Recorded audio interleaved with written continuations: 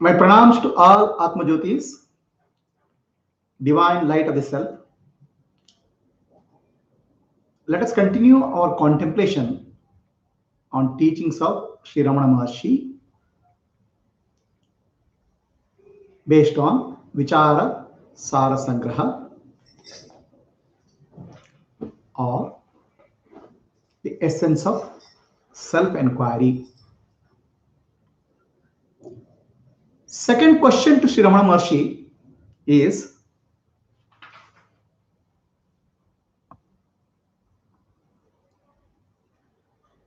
what is the meaning of inquiring into the nature, true nature, and understanding it?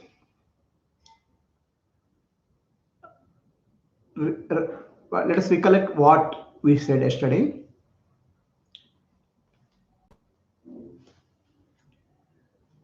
Yesterday the question was, how do we get the nature, how do we get eternal bliss? So the follow-up question now is, to get eternal bliss, we have to inquire into the nature of self. What is the meaning of inquiring into the nature of self?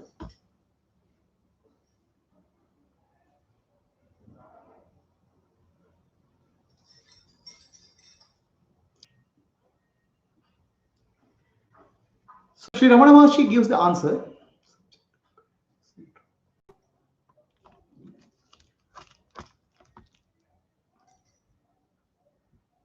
Experiences like I went, I came, I was, I did, all these come to naturally to everybody. From these experiences, it appears that the consciousness I is the subject of all these experiences.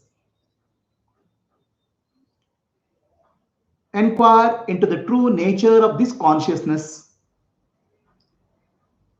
remaining as oneself, is the way to understand. So this is the answer of Sri Ramana Maharshi. Let us contemplate on the answer given by Sri Ramana Maharshi.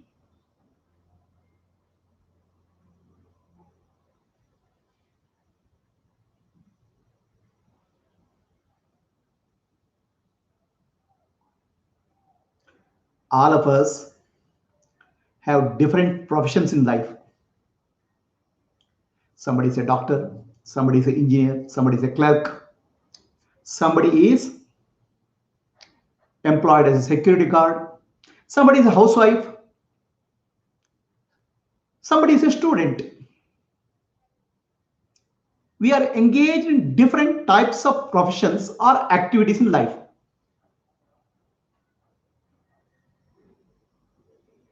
How many types of professions are there?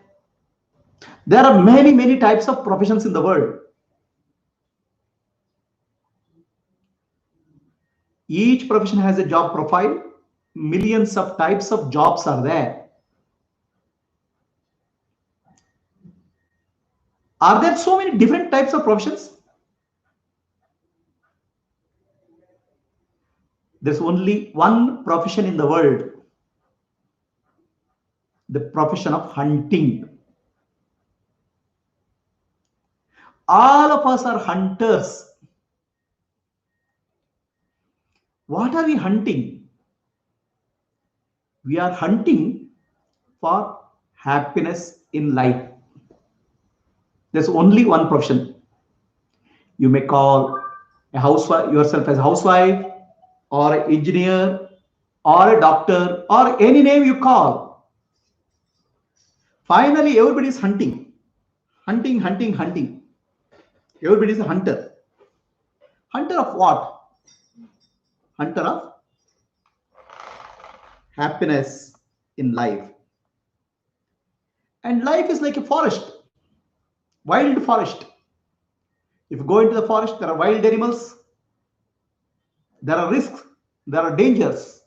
But still a hunter will go search for the kill.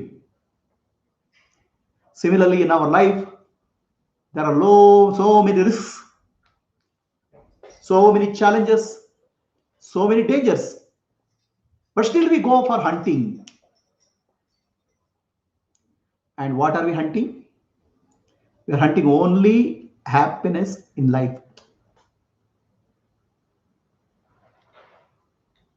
Unfortunately for hunter, if he hunts one animal, that animal is sufficient for him 1 day or 2 days. After that, again he has to go on hunting. He cannot get food for whole life. Again, he has to go into the forest, face all the risks, face all the challenges, and hunt for another animal.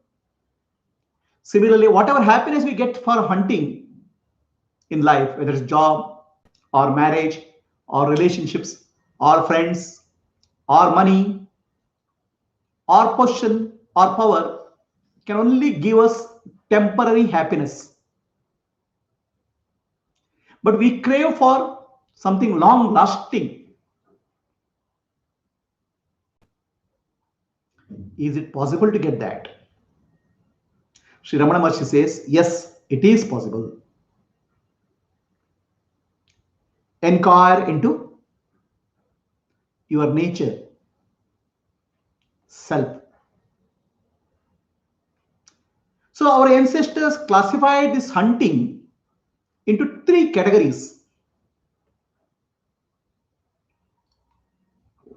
Adi Bhautika, Adhyatmika, Adi Daivika. Adi Bhautika means physical space. Adi Daivika means the space of gods. Adhyatmika means inner space, the spiritual space. Adi Bhautika, Adi Daivika, Adhyatmika. That's why almost all our mantras end with 3 Shantis. Om Shanti Shanti Shanti. At the physical level, at the religious level, which is God, and at the innermost spiritual level, we are looking for peace, Shanti. That's our hunt. That's why all our Shanti mantras end with the 3 Shantis: the physical, the heavenly, and the spiritual. How do we hunt for happiness in the physical space?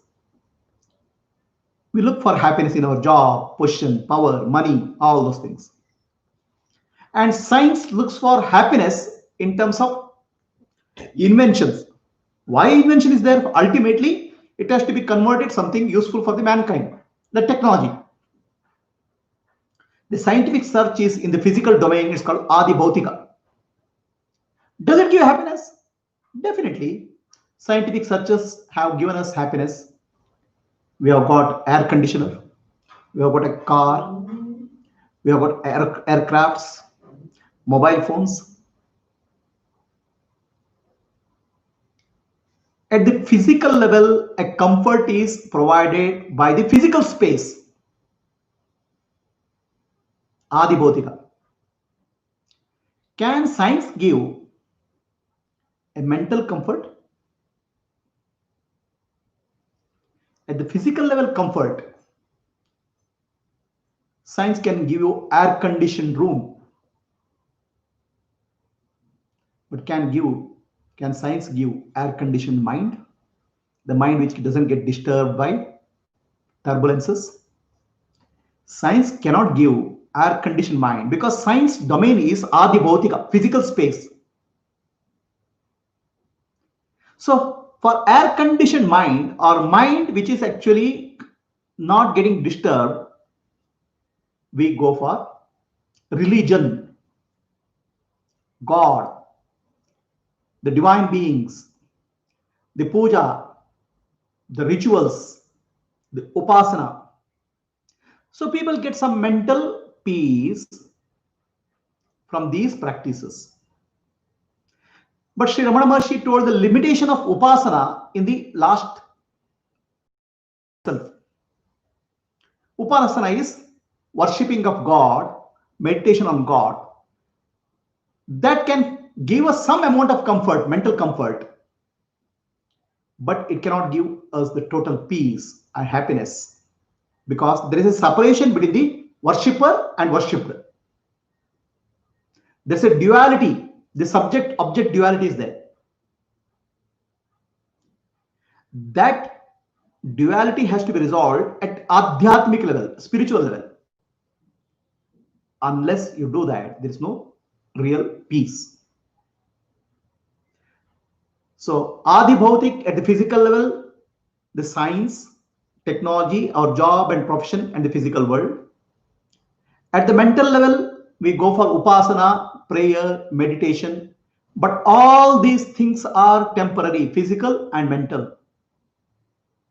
So the religious practices are called adi daivika. They are related to God, heaven. And practices are called upasana. So limitation of upasana is already told yesterday. Now come to adhyatmika, the spiritual. The peace has to be found in inner peace has to be found. The search has to be inside. You have all these days search for happiness in the outer world, and you have come to a conclusion that the outer world doesn't satisfy you.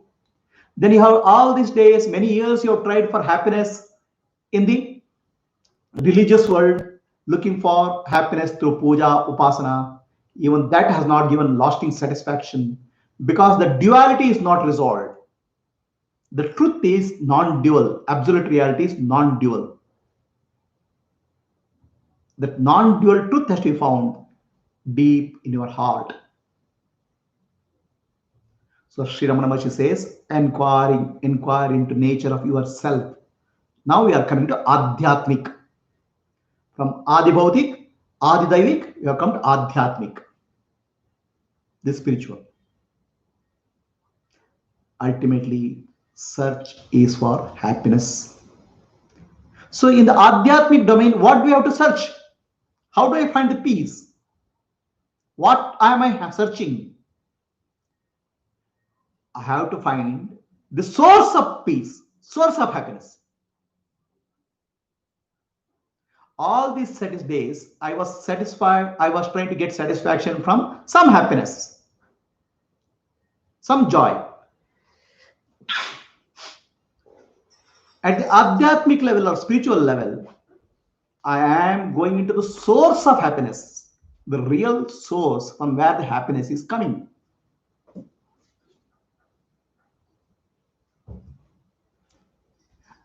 Instead of getting satisfied with the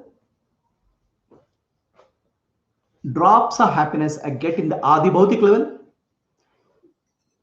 maybe a little bit of happiness in the Adi Daivik level,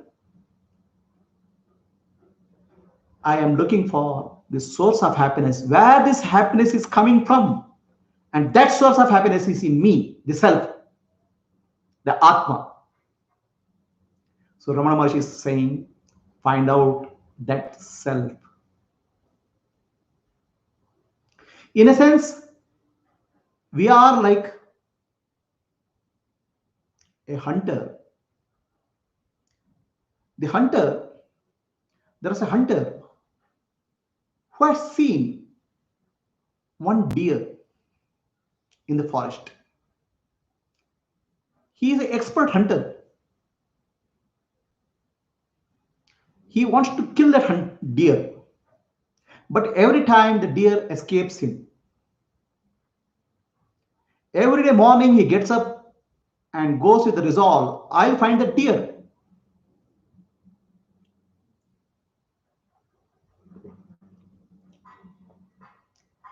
And every day he fails. He gets some other animal, but he's not able to find that deer.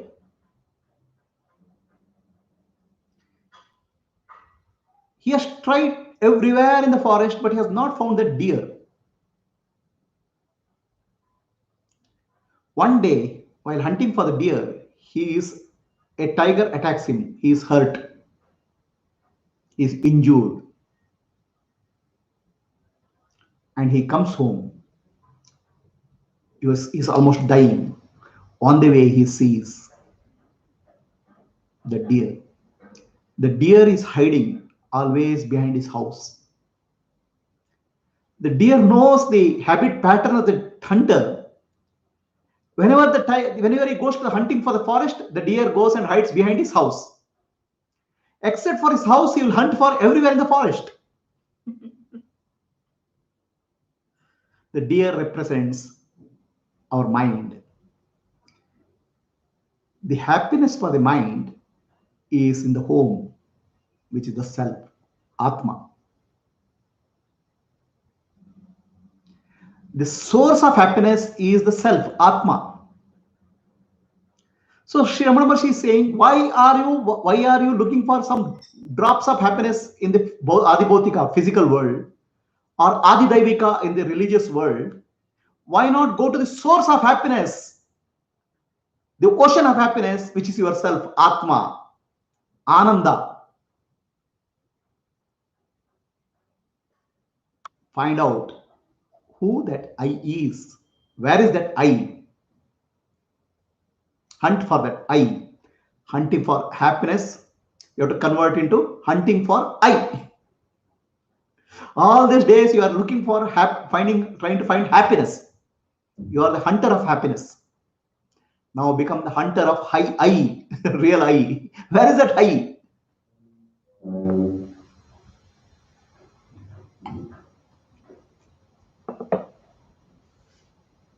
So take a few minutes. Every day we speak I. Tell me which part of that body your eye is. Is in the head area? Is in the chest area? Is in the body area? Where is that I? What you call as I? What is that?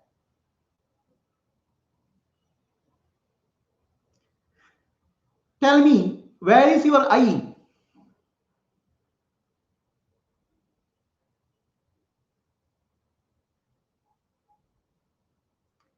Sri Ramana Maharshi says, we say, I go, I come, I eat, I was there, I was here. I use the word I. In all our communication, the most used word is called I. In every sentence, we use the word I. That is the only word which you have understood very least understood. Everything else is you have understood well. What is this I which you are speaking of? 10,000, 100,000 times a day. It said that yogis say that we have 60,000 thoughts per day.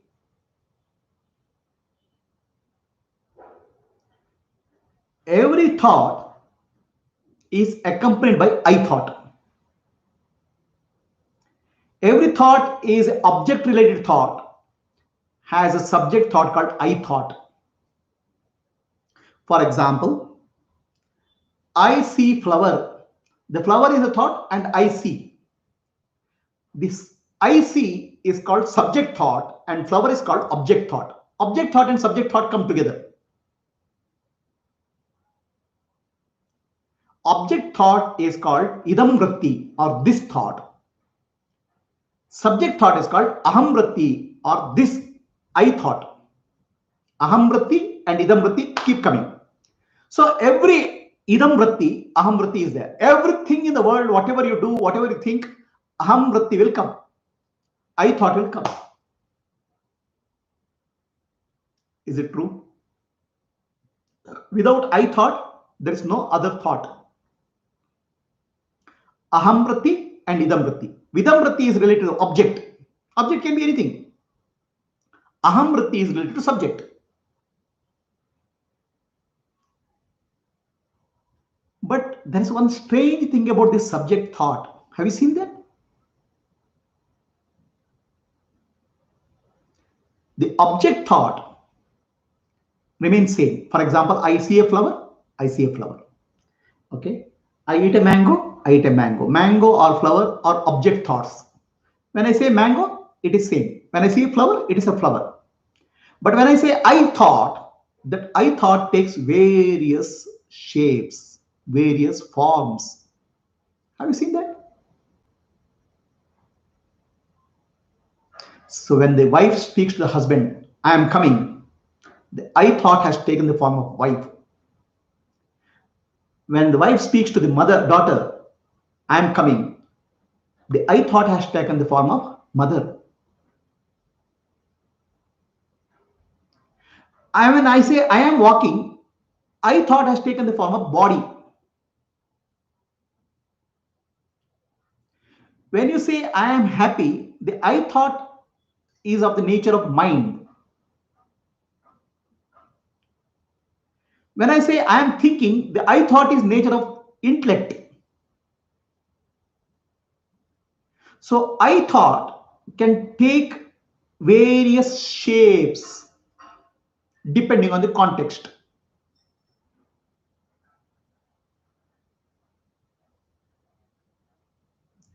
Whereas a flower thought is a flower thought only all the time. A mango thought is a mango thought only. But I thought can take various identities. It can take a mother, father, husband, wife, officer, engineer, young boy, old man. It can take a body identity or mind identity or intellect identity. It can also take the age. I'm 10-year-old. I'm 70-year-old. It can take disease. I'm happy. Or it can take happiness. I'm happy. I'm sad. It can take the form of I'm old. How can one thing called I take so many forms? We are not inquired into this at all. Just one word called I can take many meanings depending on the context. Is it true?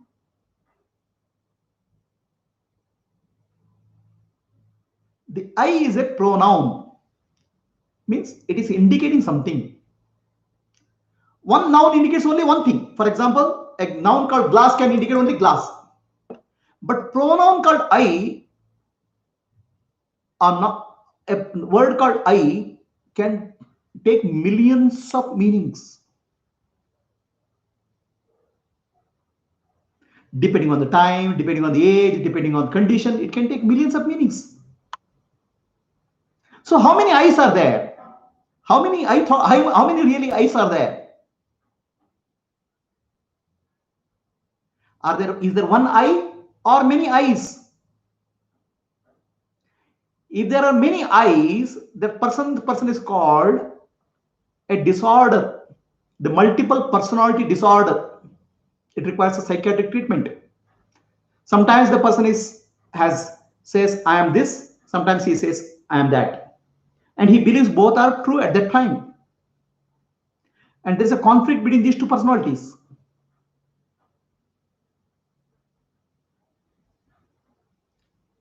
The I thought can take thousands and thousands of personalities or millions of personalities. Is it not? Look at your own language. Every day when you use the I word, thought called I, it associates with some personality. And look at all our conflicts and stress in life is because of these identities. I'm an officer. I have to go to office, but I have to drop my daughter at school. So the father identity has a stress or tension with the I am the engineer identity. So we have thousands of identities. We use left, right, and center without understanding what is real I. Is there one I or thousands of I in you or millions of eyes in you? How many eyes are there? These identities are called egos. Ego. The ego is like a chameleon. You heard of this animal called chameleon? It's like a lizard-like animal. It can change its colors. If it's near a stone, its body takes the color of the stone. So you can't find out there's an animal called chameleon there. If it's near like a bush, it'll take the color of green. It hides itself. It can change the color based on circumstance. Your ego keeps on changing its shape depending on circumstance. Sometimes it becomes wife, sometimes it becomes husband, sometimes it becomes an employee, sometimes it becomes a boss. So this is your identity. Identity keeps popping up, and identity takes a personality depending on situation. So Ramana Maharshi is saying, inquire into the nature of the I thought. How many I's are there? Is it only one I which you have?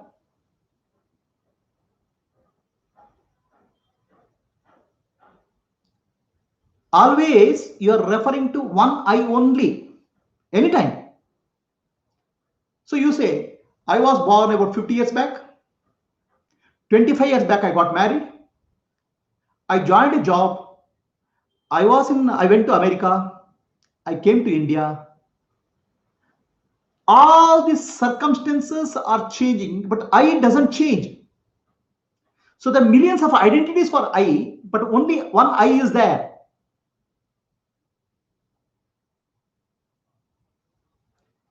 So what is this I? So the moment I ask you what is this I, you say body. The body is not I, because 10 years back you went somewhere and now you are here. I went somewhere and I came here. The body has changed. The one that the body is not I.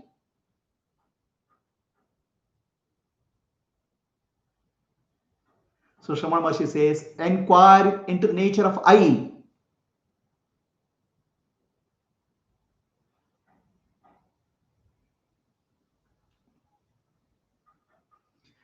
So there is an unchanging I and there is changing I. The changing I's are millions identities. Sometimes it's related to body, sometimes related to mind, sometimes related to intellect, sometimes related to position, sometimes related to power. Unchanging I is only one. So what are you? The changing I or unchanging I?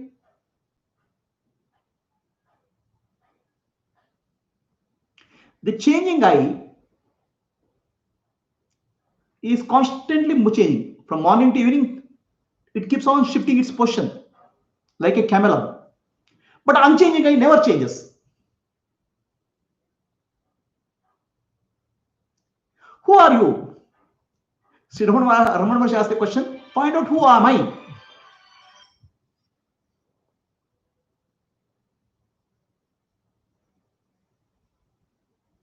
Who are you? Are you the changing I or are you unchanging I? How many I's are there? There's a changing I and unchanging I. The changing I is called ego, unchanging I is called self, Atma. How many I's are there? What is the relationship between the changing I and unchanging I? Who are you really? Deep inside, you know that you are unchanging I. That's why you are able to confidently say, I was only 50 years born 50 years back. I am here now. I will be going to Bombay next year. The I, unchanging I, is what you claim. But changing I is what you confuse. If you ask you, who are you? Immediately you will say, I am the body. Body is the changing I. The body which you had yesterday is not the same body today. Sometimes you confuse that changing I with the mind. Oh, I am unhappy. So how many I's are there really? There's only one I which is unchanging I. And the changing I is the role which is played. It's the activity of unchanging I. But we confuse unchanging I as me, the real me. The unchanging I refers to body, mind, and intellect and the roles which you are playing. The me and the I, unchanging I is the me, and unchanging is the I, real I. So when you use the I thought, which is the I, what are you referring to? I go. What goes is body goes. The I is unchanging. It doesn't go anywhere. When I say I eat, the body eats. The unchanging I doesn't do anything. So what is the relationship between the changing I and unchanging I? Unchanging I is the Atma, the Sakshi, the witness. The changing I is the activity, the role, the function. So Ramana Maharshi says, find out I. Ask who am I. It doesn't mean like mantra, who am I, who am I, who am I, who am I, who am I, asking who am I. No. People do that also. Who am I, who am I, who am I? They keep on asking. It is not. It is the enquiry. It has to be done with the spirit of enquiry. Who am I? Who am I really? Am I the changing I or am I the unchanging I? Deep inside you know that you are unchanging I. That's why you are able to confidently say, I was in Bombay. I am here. The I has not changed. Bombay has changed.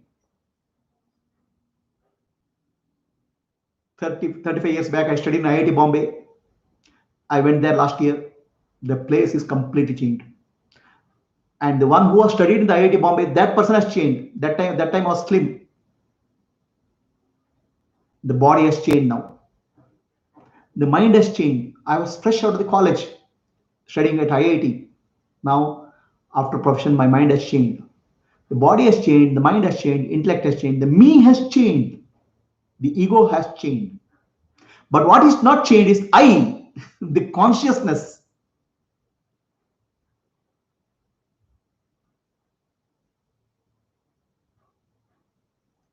So when Ramana Maharshi says, inquire who am I, he is not asking you to repeat mechanically, chant who am I, who am I, who am I, who am I, who am I, who am I. Find out who am I, the changing I or unchanging I. And you know answer, unchanging I. Then what is it trying to tell? That unchanging I is confused with the changing I. Unchanging I has no problem. Changing I has no solution. All this changing I, ego has always the problem. One problem, other problem. Okay. So now whose problem we are trying to solve? The problem of the ego or problem of the I, real I? Real I has never problem. Real I doesn't change. It is not affected by time. It is not affected by space. The ego is affected by every moment because it is circumstantial. So when somebody goes with the problem to Ramana Maharshi, he'll ask, who are you? Then this person keeps on asking, who am I? Who am I? Who am I? No, that's not the question. Who are you? Are you the ego or are you the real I? Deep inside, we know the real I. That's why we always say I, always referring to unchanging I, but confusing the changing I. So the separation between the changing I and unchanging I has to be done. This is called Nitya Anitya Viveka. You have to differentiate what is changing, what is not changing, and unchanging. Then, who are you? You have to bring Atma Anatma Viveka. I am the knowing principle. What is the relationship between the unchanging I and the changing I?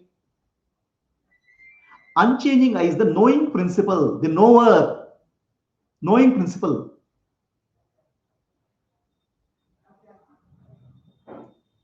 So I went there, means body went there, I know. I sat there, the body sat there, I know. The knowing principle is the Atma. The knowing principle does not change at all.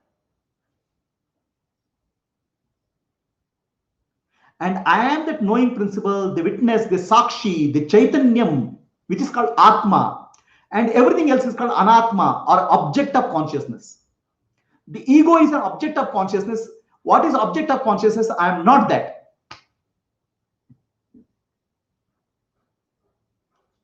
So when Ramana Maharshi says, find out who are you, separate out Anatma from the Atma. Anatma from the Atma. Anatma means object. Atma from the subject. I am the real subject. Real subject never changes. Real subject is the knowing principle. So there is happiness in the mind. I know there is happiness in the mind. There is unhappiness in the mind. I know there is unhappiness in the mind. The knowing principle does not get affected. That knowing principle is the Atma. I am. Atma, Anatma Viveka, Nitya Anitya Viveka, we have to adopt. That is self-enquiry.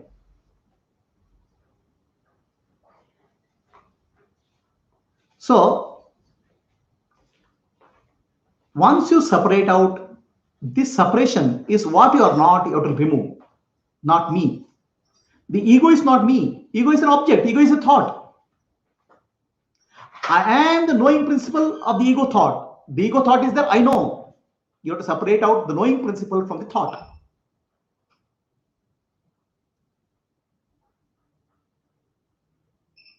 And this is called neti, neti, neti. Not this, not this, not this. Remove what you are not. Self-enquiry is in a sense like a digging a well. When you dig a well, you're searching for water. You're removing mud and throwing it out. Similarly, you have to throw out, you have to say, I am not, I am not, I am not. I'm not the body, I'm not the mind, I'm not the intellect. You don't have to repeat it actually. You know it because they're all objects, they're all changing. You don't change. You don't have to japa. I'm not the body, I'm not the mind, I'm not the intellect. You have to understand. Because body, mind, and intellect are changing. I am the knowing principle. I know all this. Since you are a young boy, the body was young, you know the body was young. Now the body has become old. I know the body has become old. The knowing principle never changes. The light never changes. The knowing principle is like a light of the self. Atma Jyoti. Atma Jyoti doesn't change. I am that Atma Jyoti. Awareness. In awareness, a lot of things change. The changing thing is called ego. So Nitya Anitya Viveka, Atma Anatma Viveka is required for separation. So that's why the self-enquiry is required. Who am I? Who is the real I? So this is called self-enquiry. Self-enquiry leads to self-knowledge. Self-enquiry, the result of self-enquiry is self-knowledge. Atma-dnana. Atma-vichara leads to Atma-dnana. What is self-knowledge? Knowledge of self is recognizing yourself truly. Now you recognize yourself wrongly. Identify with the body or the mind or intellect. You are identifying yourself with the ego. That's a wrong self-knowledge. Recognize the true self. So what is the true self? What is changing? I am not. Whatever changes, I am not that. Whatever is object, I am not that. So which means the real I has no form at all. The body has a form, the thought has a form, the mind has a form, intellect has a form. But I has no form. Formless. Because it is not a form, where is it?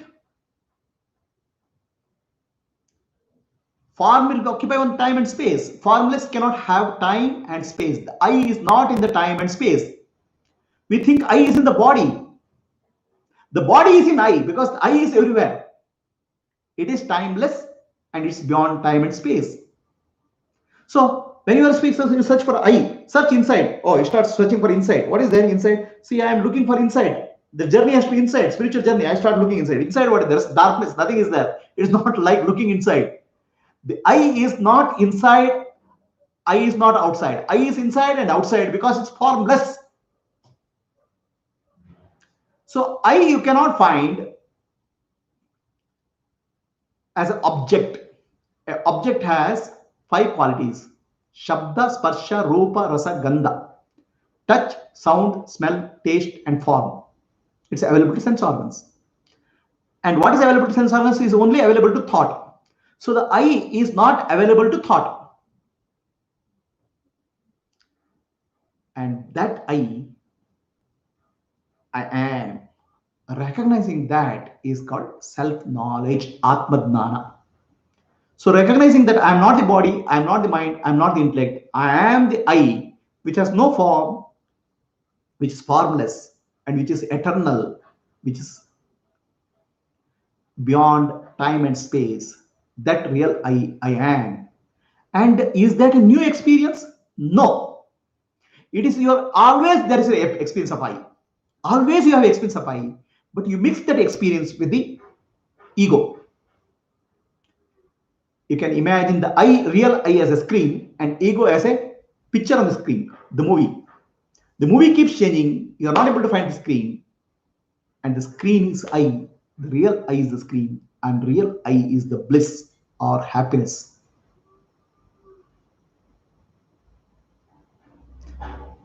So inquire, who are you? Who am I?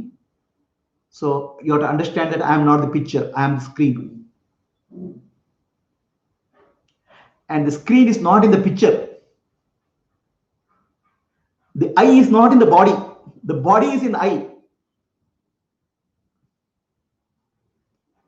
And that unchanging I am. And what is the secret of happiness? The mind starts looking for happiness. Let us say I am happy if I get I eat jamun.